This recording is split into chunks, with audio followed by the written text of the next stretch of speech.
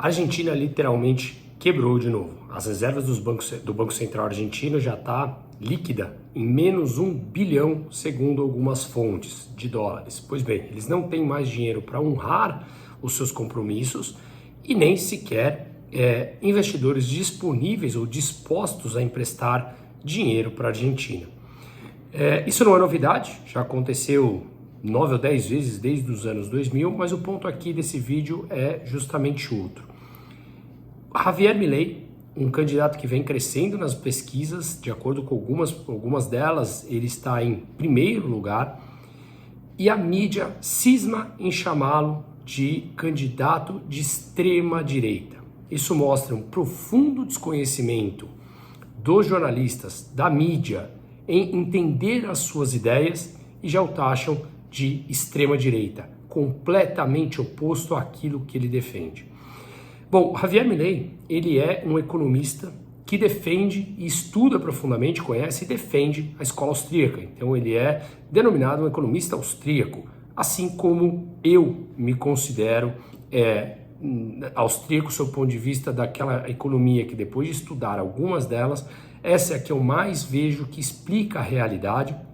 E eu quero passar aqui os principais pontos dela de forma bem simples e leve, para que possamos entender e quebrar esse paradigma que a mídia passa de taxar de extrema direita, o que, de novo, não tem absolutamente nada disso, uma vez que é uma economia que prega uma total descentralização, uma privatização e uma não interferência estatal. Mas bom, rapidamente aqui, podemos dizer que a economia austríaca, ela nasceu, a teoria austríaca, ela nasceu no ano de 1871 no Império Austro-Húngaro, na Áustria, em Viena mais especificamente, onde teve o principal autor ali, que é considerado o pai da escola austríaca, Karl Menger. Karl Menger, ele desenvolveu a teoria da marginalidade, ou seja, a grosso modo e muito simplista, mostrando que o valor marginal de um bem ou um ativo ele é decrescente, ou seja, quanto mais nós ganhamos ou recebemos de um bem, quanto mais a disponibilidade desse bem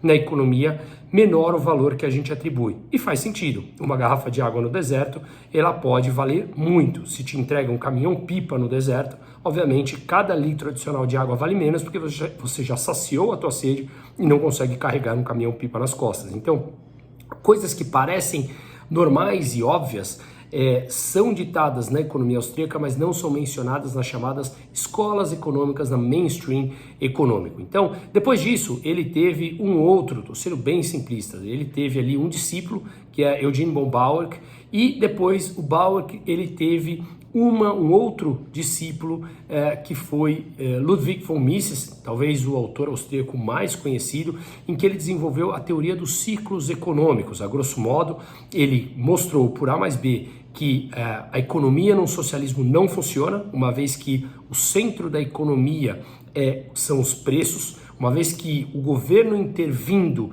e manipulando preços, você acaba com a mensagem que os preços nos passam, ou seja, um ativo que está muito caro, um produto que está muito caro, passa a mensagem para os empreendedores, produza mais porque tem demanda, ou um ativo muito barato, ele fala, tem muita oferta, produza menos. Quando a gente mata o mensageiro através de interferências governamentais, basicamente a gente quebra a economia e deixa todo mundo perdido. Então, no ciclo econômico, ele fala que quando o governo intervém, injeta dinheiro na economia, a taxa de juros cai, e isso é muito óbvio, a gente viu agora desde 2008, 2009 nos Estados Unidos, aconteceu nos anos 90 no Japão, aconteceu nos anos 50 na Inglaterra, nos anos 30 depois da crise de 29 nos Estados Unidos.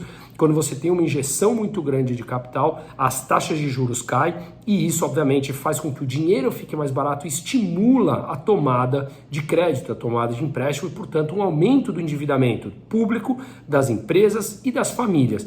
E isso vai levar a um aumento do consumo, aumento da demanda, e em algum momento vai gerar uma bolha. Os ativos crescem de preço, os imóveis crescem, as ações, as bolsas de valores ficam muito caras, até que elas estouram. Basta olhar a história nos últimos 100 anos, a gente vê que isso se repete. E talvez estejamos próximo de uma mudança de ciclo, como eu já venho falando nos meus vídeos matinais. Então esse é o ciclo econômico de Ludwig von Mises.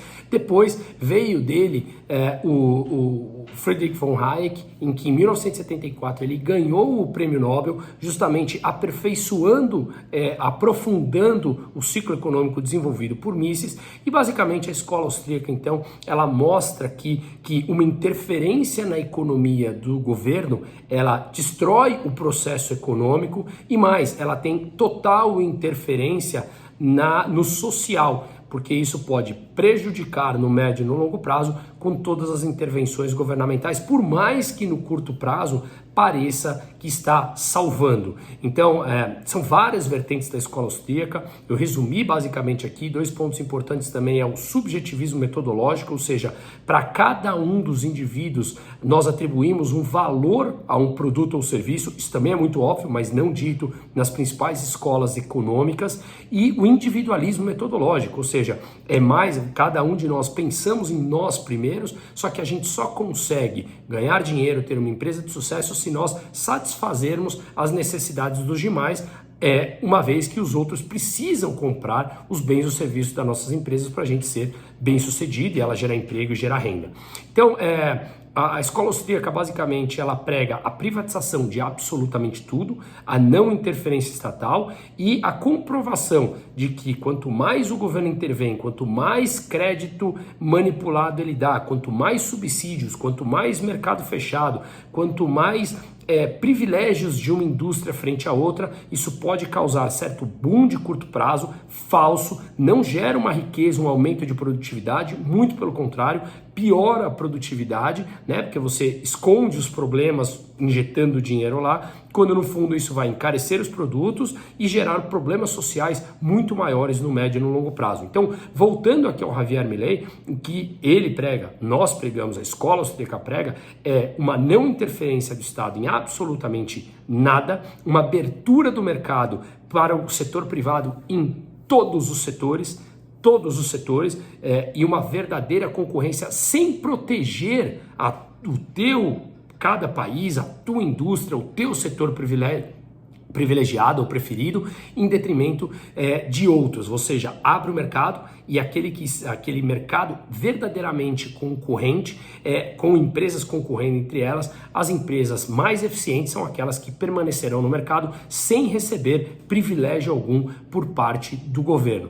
Basicamente é isso, e isso é completamente diferente dos que são conhecidos governos de extrema direita na história, em que são aqueles governos centralizadores com Estado grande, né, em que prega esse tipo de atuação ou centralização estatal, muito diferente de uma completa descentralização, que é o que nós pregamos dentro da escola austríaca, com uma privatização geral e, portanto, o Estado sendo ou nulo ou prático, ou mínimo do mínimo possível, você não tem necessidade de cobrar altos impostos e, portanto, o dinheiro fica muito mais na mão da população e você é dono do teu dinheiro. Você sabe o que fazer com ele, você controla o que fará com ele. E aí você tem um processo onde o mercado equilibra as ofertas e demandas, e a gente vê isso, basta olhar ao nosso redor. Quando você vai na padaria do lado, ali você tem basicamente oferta e demanda. Agora, quando você olha para as indústrias amigas do rei em governos que recebe dinheiro público, que recebe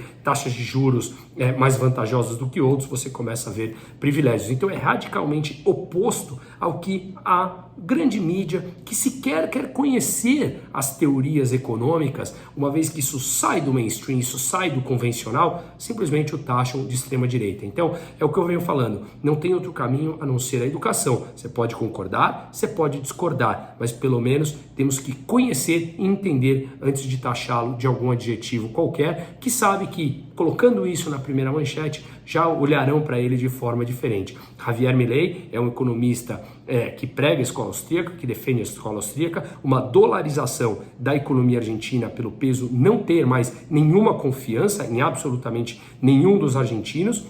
E nesse processo de dolarização, a economia conseguiria ao menos diminuir o seu gasto público, controlar o gasto público, ir diminuindo o Estado, privatizando, enfim, esse é o plano. Além do mais, ele traria, obviamente, uma abertura da Argentina para o resto do mundo. Esse é o plano, nada a ver com a extrema-direita. Concorde ou não, mas entenda e não o taxe com adjetivo, por pura ignorância de conhecer teses e teorias econômicas.